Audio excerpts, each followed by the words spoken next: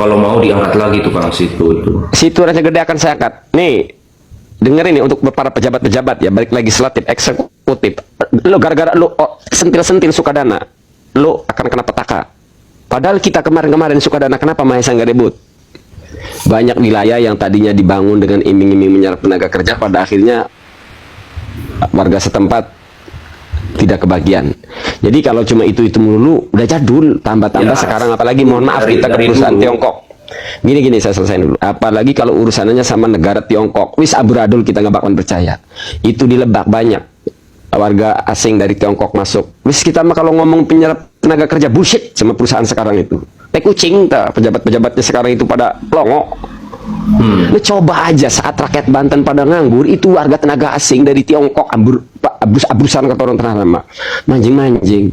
Terus kita membulah lah ngomong aja menyerap tenaga kerja. Kalau negaranya Tiongkok, kalau Amerika saya percaya. Kenapa? Karena orang Amerika subur-subur udah di sana, nggak bakalan mau jadi buruh tani, jadi pekerja kasar buruh. Kalau Tiongkok mah brengsek memang. Manusia-manusia Tiongkok tuh manusia-manusia brengsek. Rasulullah. Iya. Rasulullah juga bekerja samalah dengan orang-orang yang punya Tuhan, meskipun tidak satu Tuhan dengan kita. Paling tidak kalau Tuhan dan beragama, mereka masih punya prinsip-prinsip hubungan vertikal. Kalau Cina kan orang Tuhan ya. Tiongkok baik Kang, nanti kita tuduh rasis untuk Cina mah. Sampean pengacarain lah, ngerti hukum, bodoh. Ya kalau gini, kalau saya mah, saya tuh senang melihat gerakan Kang Mahesa di tengah misalkan banyak pembungkaman, tapi juga ya ini masukan Kang Mahesa ya. Maksudnya saya nggak punya kapasitas mengajari Kang Mahesa, saya masih jauh panggang lah dari api gitu. Tapi poinnya tuh gini, kalau segala sesuatu yang masuk ke wilayah manapun di Banten ini, sepanjang aturannya sudah dijalankan ya tentu nggak punya hak juga kita.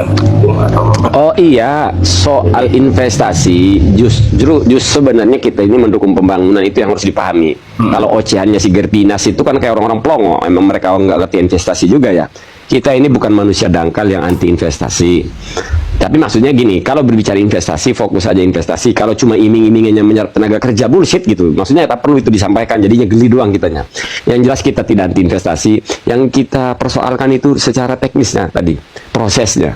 Silakan membangun, beli tanahnya yang benar, dan prosesinya harus benar. Kalau PIK sudah nggak benar.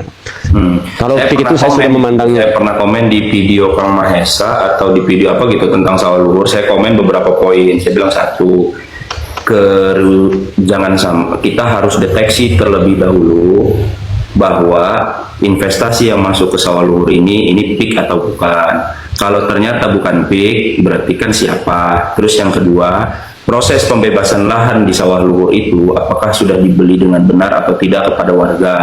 Itu dua. Yang ketiga, jangan sampai misalkan semua isu di Banten ini gara-gara PIK yang viral panjang ini menyasar ke semua hal, sehingga karena dilihat iklim Provinsi Banten khususnya Kota Serang ini lagi ricuh, akhirnya investor pada nggak mau masuk. Karena watak investor itu kan, saya juga mungkin kalau dalam posisi mau usaha ke wilayah manapun, kalau di wilayah itu gaduh kan pasti juga takut gitu loh, takut kena imbasnya. Saya mau tanya, saya nanggapi ya. Yang pertama, kalau cuma itu doang kan, bahkan saya melarang warga sawah luhur untuk menolak pengurugannya. Jangan itu yang dipersoalkan, tapi ngebul dan licinya itu sudah saya terangin semua. Yang kedua, yang kedua, pertanyaan saya karena sampai hukum, berusaha menghalangi investor melanggar hukum.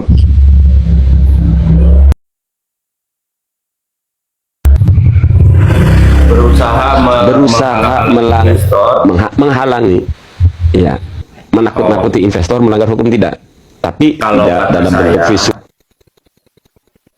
atau kalau dalam kayak gitu iya Kang, itu namanya menghalang-halangi. Tapi kalau misalkan kita memberi argumentasi bahwa investor ini jangan masuk karena ada riwayat dia punya cacat, ya, boleh Kang. Tapi itu kalau misalkan, maksudnya begitu, maksudnya itu kita menjelaskan bahwa kondisi di Banten ini tidak baik-baik saja gitu, karena oknum pejabatnya banyak yang keparat, setan, bangsat, bajingan gitu loh. Ngapain takut-takut?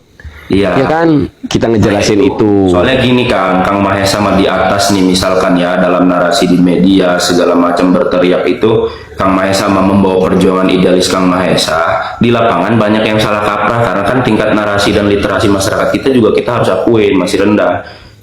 Kenapa misalkan saya bilang banyak salah kaprahnya gini?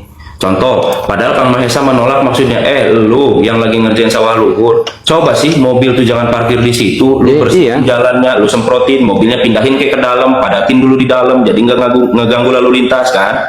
Tapi akhirnya yang viral di masyarakat ngekonsumsinya sangkanya Kang Mahesa menolak investasi, gitu-gitu tuh Kang. Bukan viral di masyarakat malah nggak ngerti. Itu kan gorengan-gorengannya orang kok si buzzer-buzzer itu. Lihat aja kita kalau lihat konten itu buatnya profesional. Cuma karena pemilik akunnya aja orang amatiran, skill dia membuat konten kan bagus. Itu kita bisa ngelihat, wih orang profesional ini cara membuat konten. Menarasikannya nuduh saya menghalangi investasi menghubungkan ke PIK, padahal nggak ada itu. Jadi saya tak perlu khawatir. Wong 10 akun pendukung Budi itu dengan satu Mahesa belum nandingin itu. Jadi ngapain saya takut? Belum lagi Embruter bergerak itu. Saya tanya tuh, saya bilang, itu kaitannya sama wali kota apa? Wali kota mau katanya nggak ikut campur di investasi, itu mutlak antara masyarakat menjual tanah kepada swasta yang mau mengembangkan usahanya di situ. Terus perizinan gimana? Saya beritanya ada kok, gimana sih? Bukan, saya maksudnya posisi wali kotanya. Ya nggak bisa lah investasi kok masuk.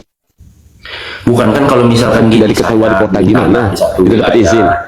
Saya beli tanah di satu wilayah nih, kan urusan saya personal antara pembeli tanah dengan penjual, terus kemudian dengan BPN, bahwa nanti saya mau bangun untuk apa, barulah dicek tata ruangnya, baru tuh masuk ke dalam kaitan dengan pemerintah daerah tersebut.